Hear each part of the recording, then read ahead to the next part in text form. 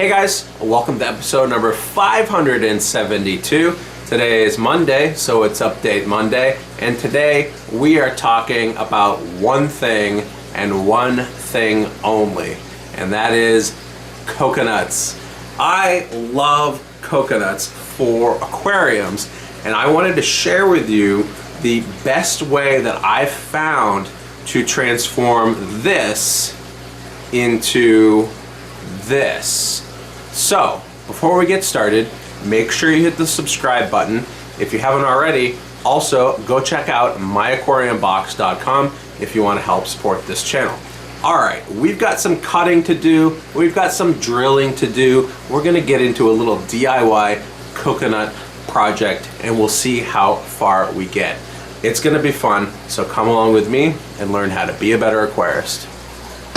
Alright guys, now if you're like me, whenever you go places like the supermarket and see things like coconuts, you have to check them out. You have to see if they've got any abnormal shaped or size coconuts, because it's just something you do, right? When you're a fish keeper, you're just tuned into really weird things, and hopefully your wife's not there with you to judge you in terms of what you're buying and what you're using it for.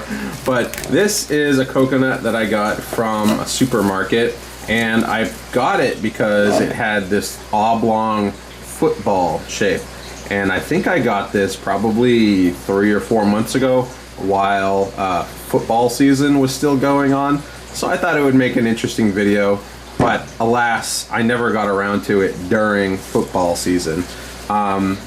So this is the brand here. I'm sure the brand is going to vary depending on what store you have in your area. It doesn't really matter. A coconut is a coconut.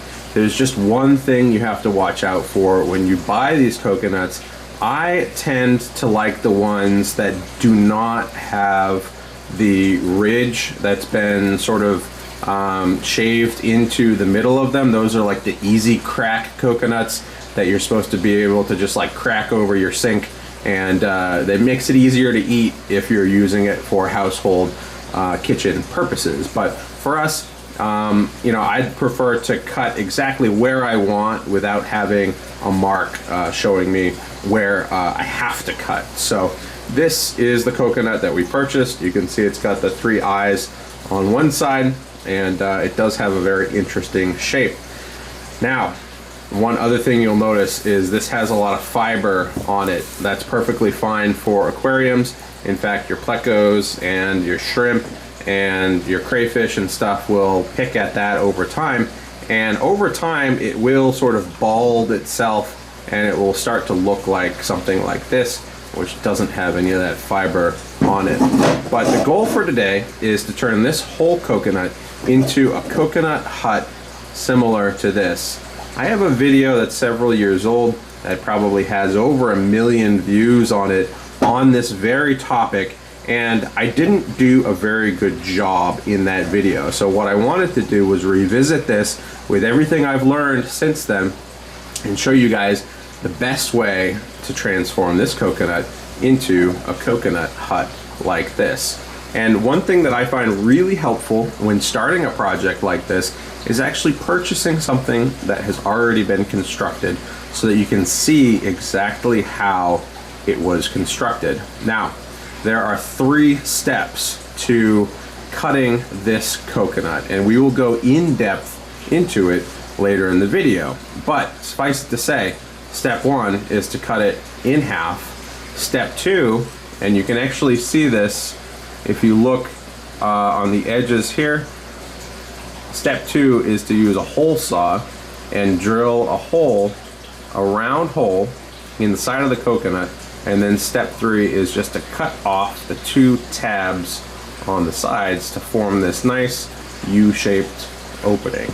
So this is what we're aiming for. Well, let's get to work.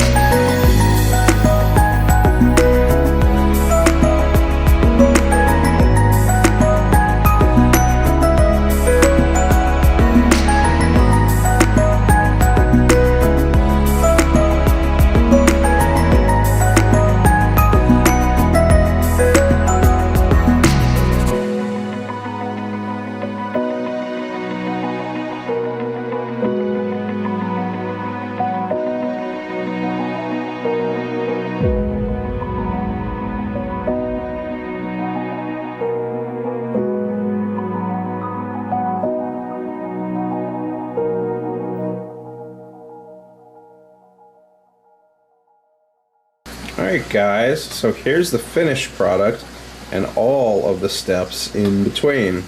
We've got our whole coconut here, which is chopped in half here.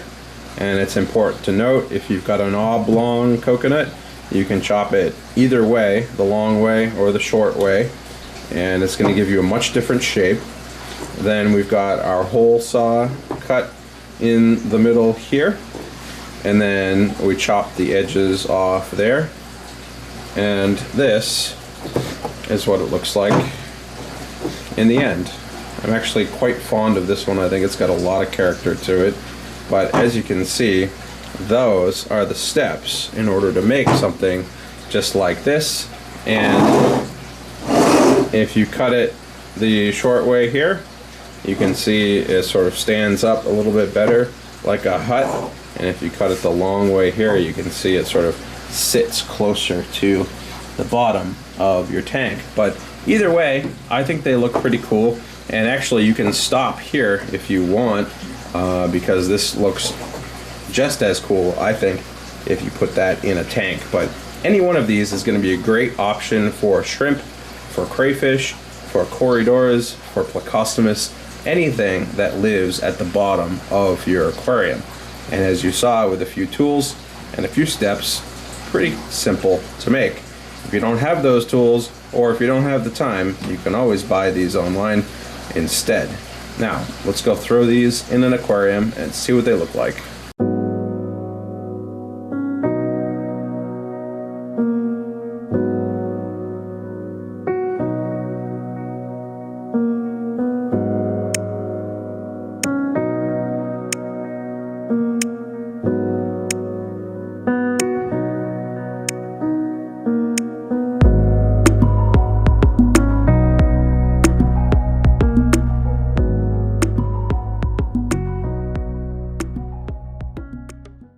Hey guys, so no matter what you're trying to accomplish in an aquarium in terms of a hut or a hide, I really think coconuts should always be at the top of the list. They sink right away, they're easy to find, they're easy to work with, and they'll basically last forever. I've had coconuts that are more than 5 years old, and they look almost exactly identical to when they went in. I'm sure over time they will start to break down, but they're pretty tough. They're pretty durable. So dollar for dollar, they are a really good investment when it comes to hides for your aquariums for all of your small fish.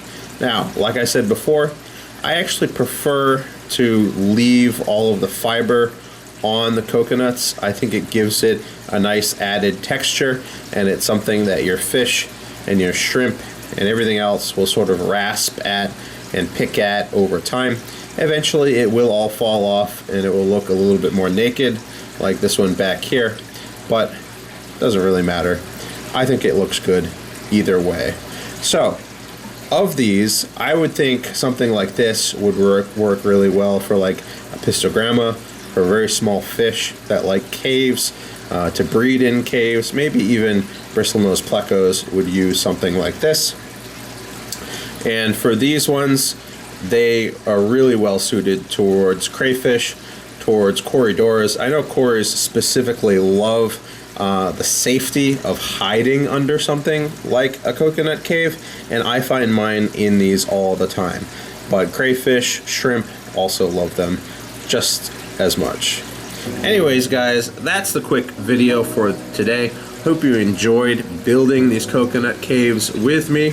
Hopefully next week I won't feel so under the weather and we'll be able to accomplish a lot more down in the fish room. If you like this video, make sure to subscribe, and if you want to help support this channel, you can always go check out myaquariumbox.com. Until next week, hope you guys enjoyed, and I'll see you guys later.